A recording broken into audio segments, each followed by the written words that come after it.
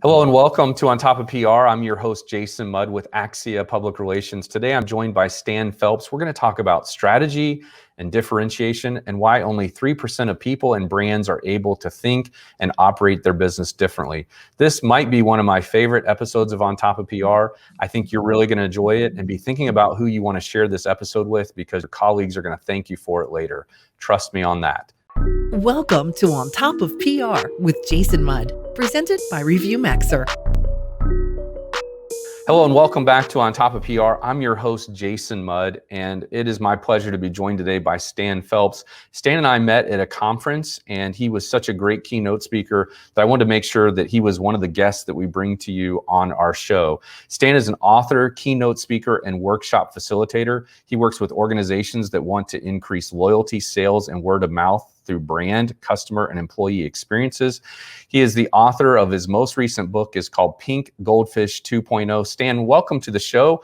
I'm glad you're here. I hope you're glad to be here too. Thank you for having me, Jason. Excited to be here. Yeah, it's great to have you. It's been something I've been wanting to get done, and here we are getting it done. So thank you for being with us. Today, we're going to talk about strategy and differentiation.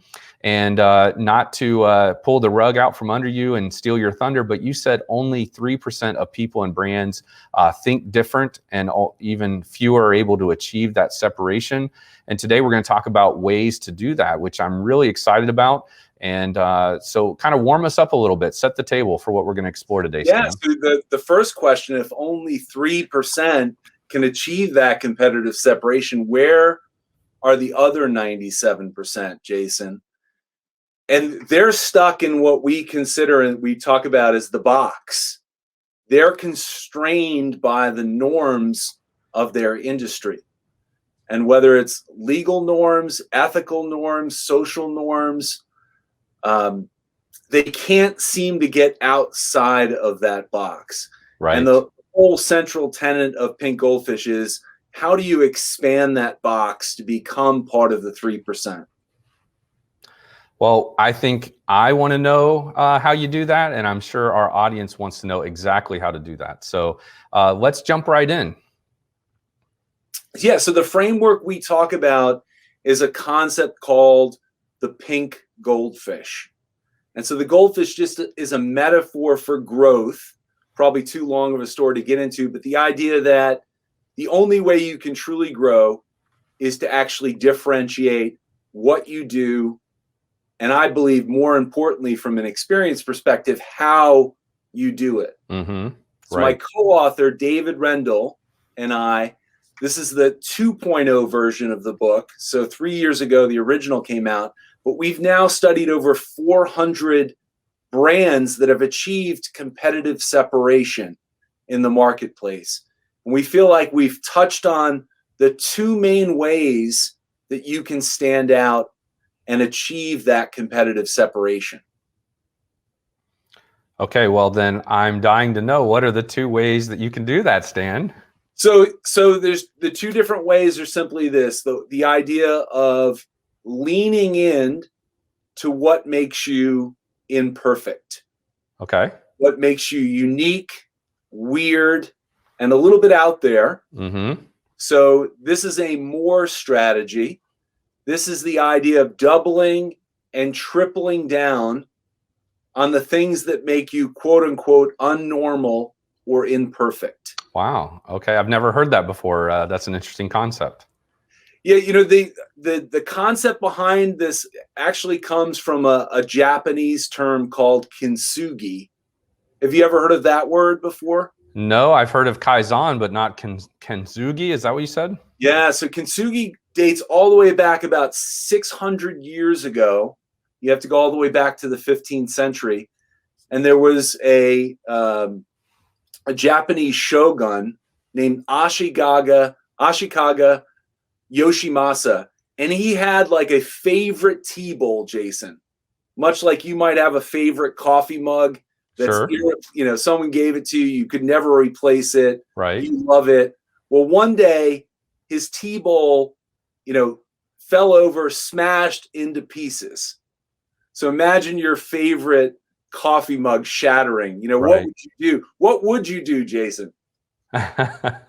Well, I don't have a favorite coffee mug, but I know what you're saying. I once had a favorite umbrella that had a great story behind it, and somebody decided to use it once at our office, and then decided it was just an umbrella, so who cares? And had to call out a search party to find it. Wow. So here's the thing. He did what probably most people would do. He actually sent it out to get repaired. Like maybe the crazy glue will work this time, right? Right. So it came back 2 days later, Jason, and whoever had repaired it, like his heart sank when he held it in his hands. They'd used this black, coarse, ugly glue on the bowl. They used metal staples to put it back together. And like his heart dropped, and he's like, no, that's not good enough. Right. So he's a shogun for the entire Osaka region. So he called in his best craftsmen, and he handed them the bowl, and he said, you need to fix this. Right.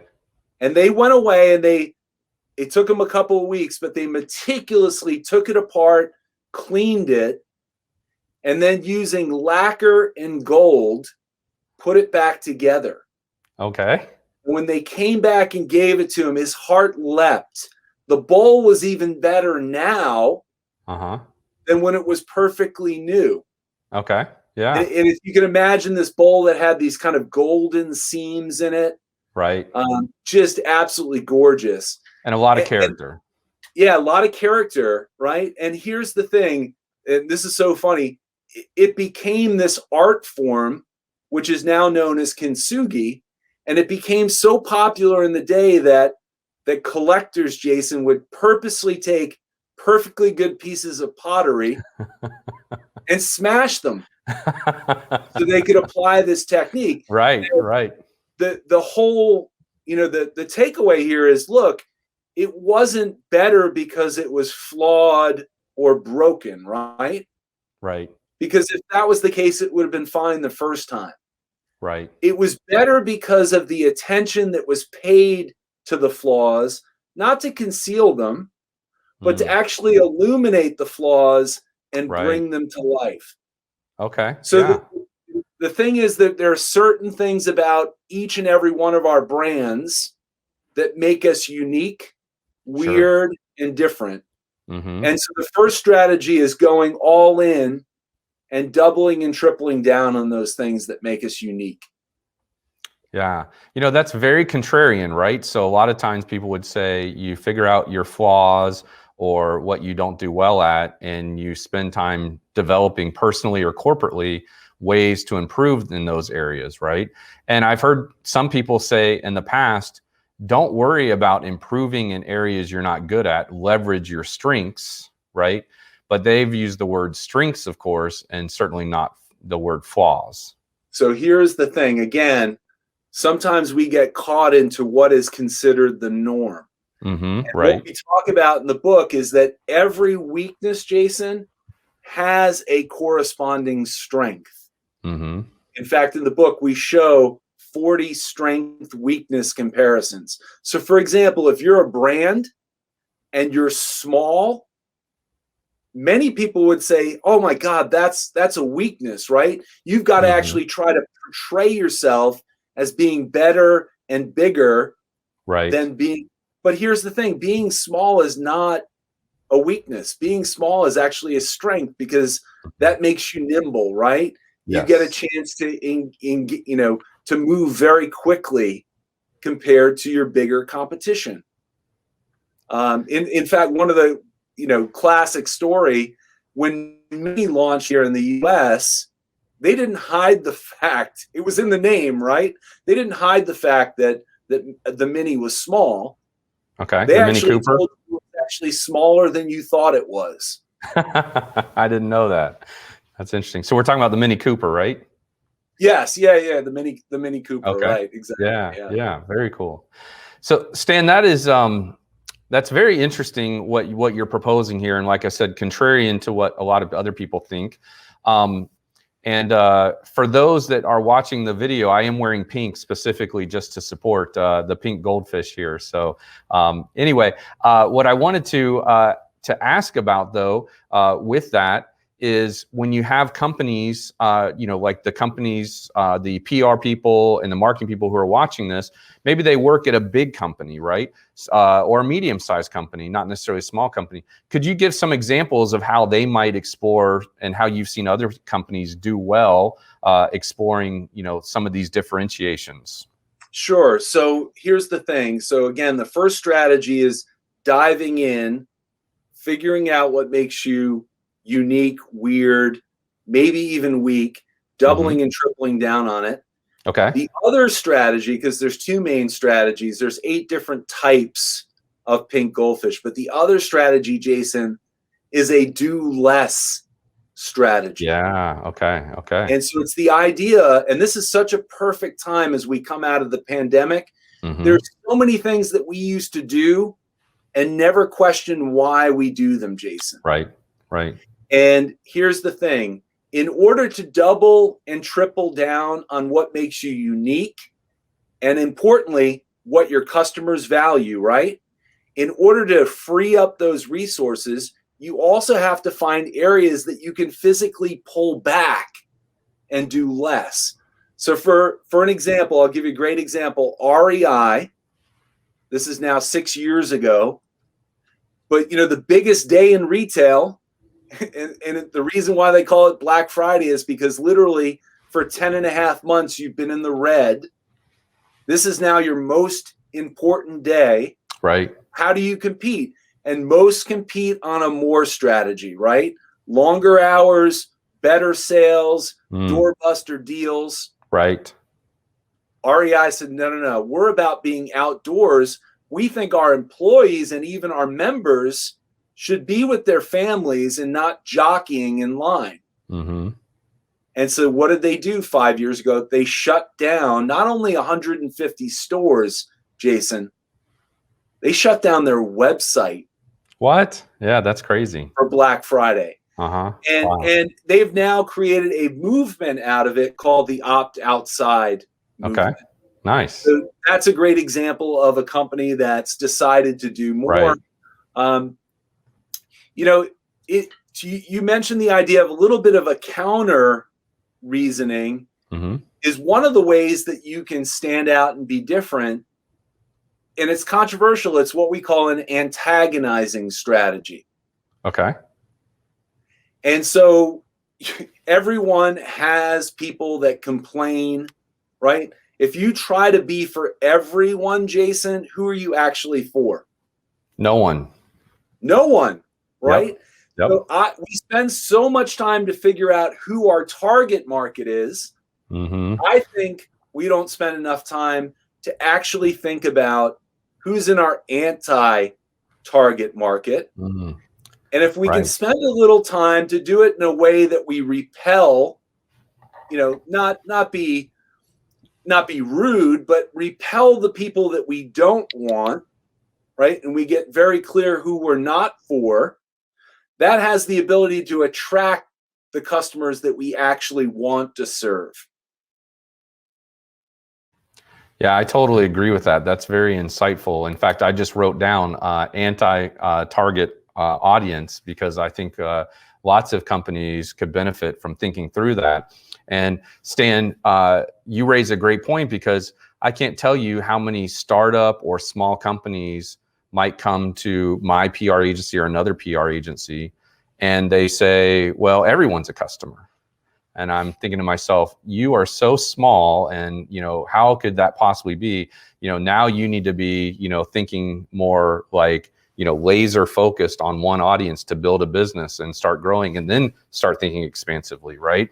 And larger companies, which are medium and large companies, which are typically more the clients we work with, yes, they can think more expansively and they can start looking at becoming Walmart. But when a very small micro business is like everybody's our customer, I always like to say, okay, well that means nobody's your customer. And another way of looking at that too is a lot of times newsrooms that we work with, they have like one email address that you send news@thenameofthemediaoutlet.com. And they're like, send it there because that way it goes to everybody. And I'm always contrarian. And I say, well, that means it really goes to nobody because everyone else is going to assume someone else is going to read this and do something with it.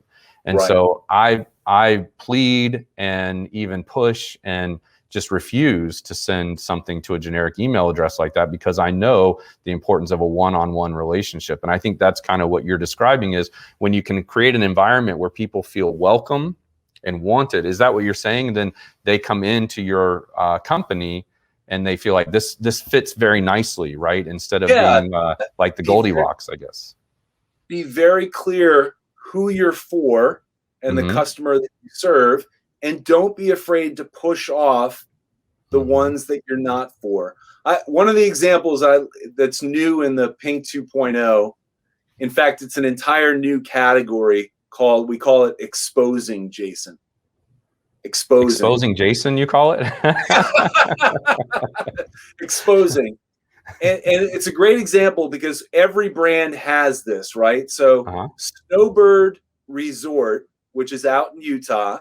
Okay. Really nice. I haven't been there, but from what I heard, it's a very nice ski resort. They did an entire campaign where they featured their 1-star reviews.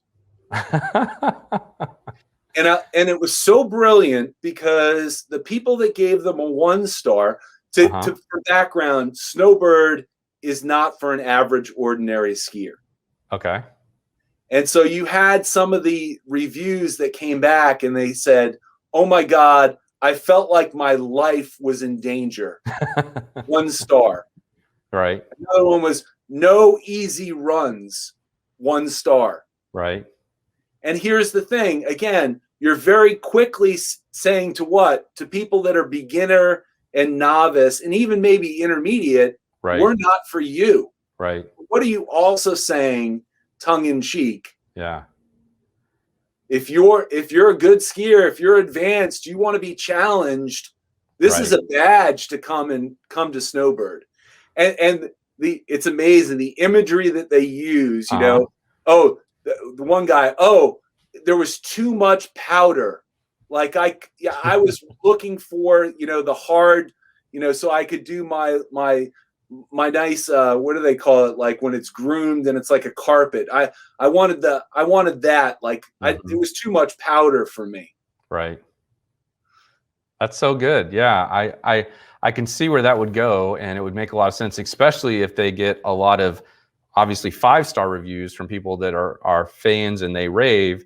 I love that. It is definitely a differentiator and a different way of positioning your brand. But you're clearly kind of, and I can think of, restaurants could really get away with that too. Like something like, oh, it's so expensive, but the food was fantastic, right? 1 star, and, so then you're kind of setting the stage of, don't come here if you are, looking for, an Applebee's budget for your steak dinner or whatever it might be. So, yeah.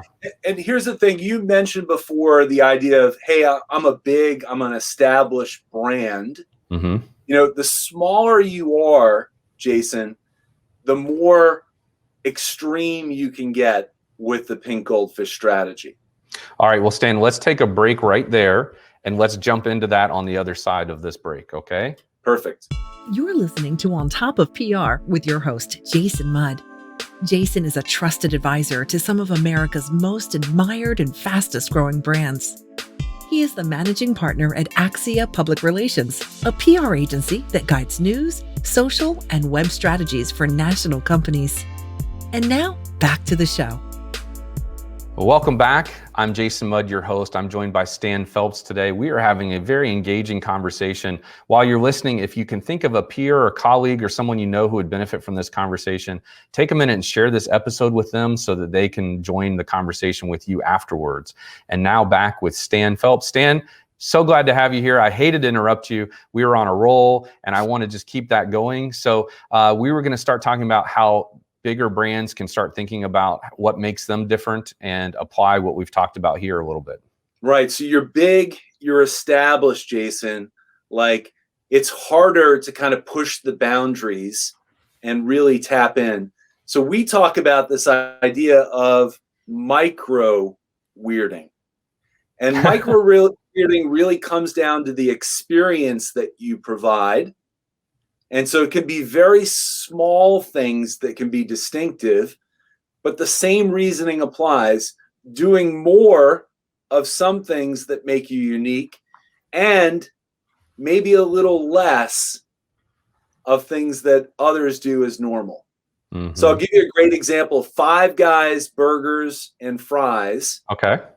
One of the things that they do that's a little different is if you've ever had French fries at Five Guys, not only do they fill your little container with French fries, but they always jump in and give you a handful of like bonus fries. Right. Bonus fries. I like it. Yes. And I've researched this. They're scientifically proven that they taste better than the regular fries.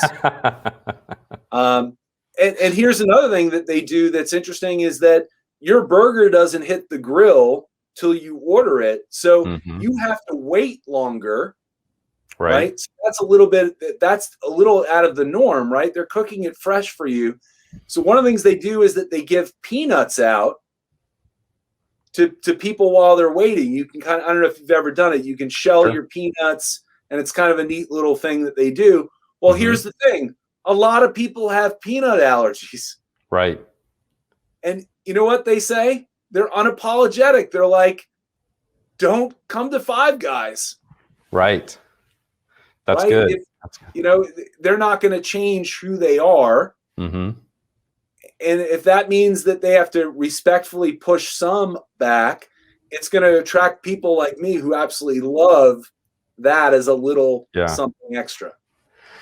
Stan, one thing I remember around 2006 was Walmart was trying to steal some of Target's customer base by becoming more like Target. Simultaneously, Target was trying to steal some of Walmart's customer base by becoming more like Walmart. And in the meantime, I'm going, what are you thinking right now? Be Target because there are people who want to be Target, right? Be Walmart because there are people who want to be Walmart. And there are some people who go to Target because there's not people that are looking for the same discounts and the same experience that you would have at Walmart. And I think fortunately they got back in their own lanes, right? But they both got greedy and wanted to be more like the other. And what would have happened is that would have created a great way for somebody to enter the marketplace, right? And disrupt both of them. We talk, because that is a great example, Jason. Thank you for bringing that up, because we didn't even talk about that.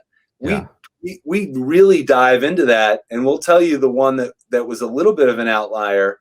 So Walmart was always about one thing, low prices. Yep. Right?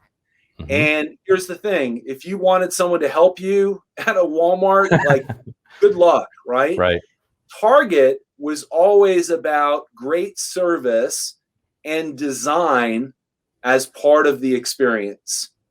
And so you go to a Target and you see a few of the checkouts are starting to get a little full. They're immediately opening one or two more checkouts. Right. Because they want. Now, here's the thing. When Target tries to be like Walmart and they lower their prices, that means they can't hire the staff that provide the great experience. That's right. And now they're being average in two areas as opposed to being great at one. Yeah. Perfect. And here's the thing. Kmart was the original Walmart. Sure. Right? And Walmart stole Kmart's lunch because they undercut Kmart. And so Kmart tried to be cute. If you remember this, 10, 15 years ago, they tried to go the Target designer route. And they also tried to play in the low price game. And they were an abject failure. Right. We even talk about JCPenney's, even a better example of, Ron Johnson, Apple's kind of retail whiz, comes in and he totally changes the ethos of what JCPenney was. And it was an absolute train wreck. Yeah. Well, what's the expression? If you're in the middle of the road, you get run over, right? And so you really have to kind of pick a side, right?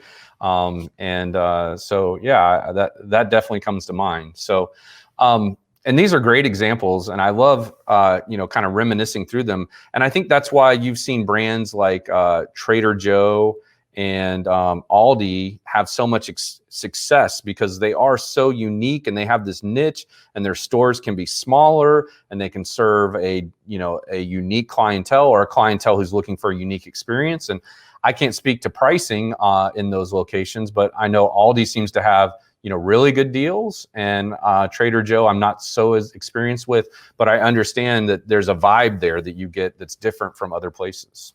We feature Trader Joe's in the book. They are one of the most profitable grocers in the world, and they use a lot of the principles that we talk about, and people, and they're not the cheapest place to shop, and they don't have 8 different types of X, right? They have very unique brands that they source, and they do a lot of unique stuff that makes them stand out and makes them ultra successful. So that's a great one. But one of the things I want to share, because I think it's where a lot of people just get stuck, because no one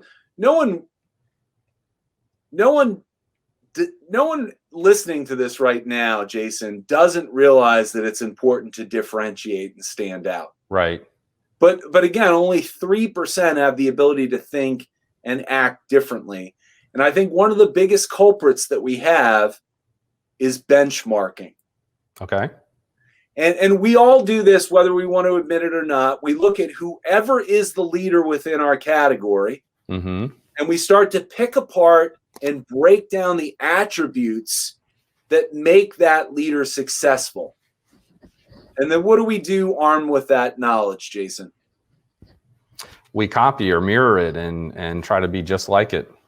Yeah, and that's not the recipe for being able to achieve separation. So I think that's one of the biggest culprits, is that we start to emulate all of the attributes of the leader, and pretty soon everyone looks exactly the same. Yep, right. You know, pink is really interesting. We love it as a color, partially because my co-author, David Rendell, if you can picture him, he's 6'6". I'm 6'2", so I consider myself tall. He is like 6'6". He's like 6'9" in heels, Jason. And he's a keynote speaker. He wears head to toe pink, and he's done it for a number of years. You cannot not remember David Rendell if you've ever heard him. Yeah, he's memorable because he's different. And the interesting thing is, because it's a man wearing pink, but here's the thing, you only have to go back 100 years ago, and believe it or not, pink was considered more of a masculine color, and light blue was actually considered more of a female, more daintier, and more of a female color. So it's for us, it's a good example of how things can actually flip. And it's such an interesting color to study, because there's no color out there that people have either strong opinions for or strong opinions against. Yeah, absolutely. Yeah, no, I completely agree. Stan, we have hit our time together. And so I know one of the things, if I were a listener, or an audience member here, I would want to know, what are the 8 goldfish types? And I think we're just going to have to put that in the show notes, or link to a blog post or something, or article you've written to give that away. But to that end, if people want to connect with you and learn more about who you are, what you do, maybe follow you, what's the best way for them to get a hold of you, Stan? I try to do a Pink Goldfish philosophy of lopsiding. That's part of the 8 flossom types, Jason. So I spend most of my time on LinkedIn. Okay. Connect with me on LinkedIn. Each day I write on LinkedIn under the hashtag the1299. The 1299. What does that stand for? Well, LinkedIn only gives you 1,300 characters, so I pretty much bump up against the max and do one less. I got you. I like that. That's clever. Excellent. All right, Stan, this has been a great episode. I think we could talk forever, but unfortunately, we only have so much time together for today. I'm definitely going to follow your hashtag. I appreciate you being here, and this was a great episode. I know our audience appreciates it, and we'll be sharing it with others. So speaking of, this has been another episode of On Top of PR. Thank you for joining us. And if you did enjoy the episode, please be sure to share it with a friend. This has been On Top of PR with Jason Mudd, presented by ReviewMaxer. Be sure to subscribe so you don't miss an episode, and check out past shows at ontopofpr.com.